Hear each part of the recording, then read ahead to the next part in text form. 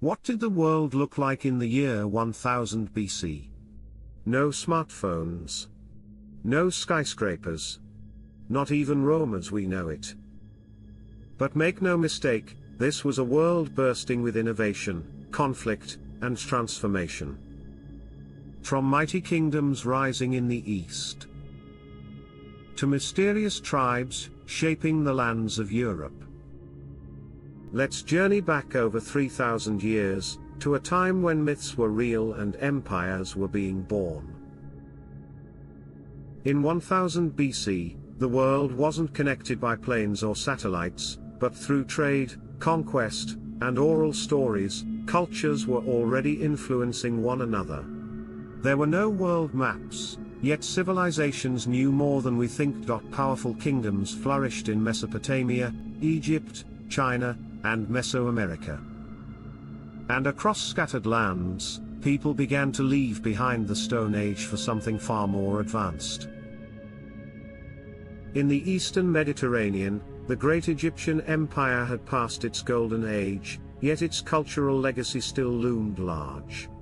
The Hittite Empire had collapsed, but out of the chaos came the rise of smaller kingdoms in Anatolia and the Levant. Meanwhile, in the land of Canaan, the ancient Israelites were establishing roots, stories that would shape world religions for millennia. To the north, in Greece, small city-states like Athens were just forming. The age of Homer, the poet of the Iliad and the Odyssey, was near. In China, the powerful Zhou dynasty had taken control, ushering in the mandate of heaven, a belief that rulers were chosen by divine order. It would shape Chinese politics for centuries.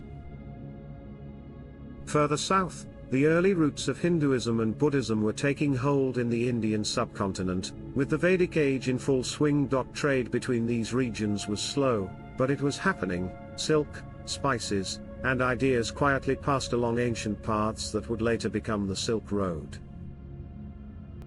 In Europe, most of the continent was still tribal. The Celts, ancestors of many modern Europeans, roamed in scattered groups across the forests and hills. But technology was on the move. The Bronze Age was ending, and the Iron Age was beginning. The discovery and use of iron tools would forever transform farming, warfare, and daily life. It was a quiet revolution, and it was already spreading. Across the ocean, in Mesoamerica, the Olmec civilization was carving giant stone heads and building temple complexes. Often called the mother culture of Central America, they laid the groundwork for later empires like the Maya and Aztec. In sub-Saharan Africa, farming communities were thriving along the Niger River.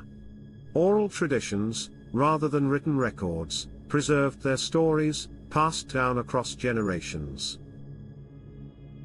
1000 BC was not a primitive past, it was a living, changing world. Kingdoms rose and fell. Ideas spread. Beliefs took root. And humanity was setting the stage for the next chapters of civilization. So next time you hear 3,000 years ago, remember, it wasn't silence and stone, it was voices, inventions, rituals, and revolutions. This was the world in 1000 BC.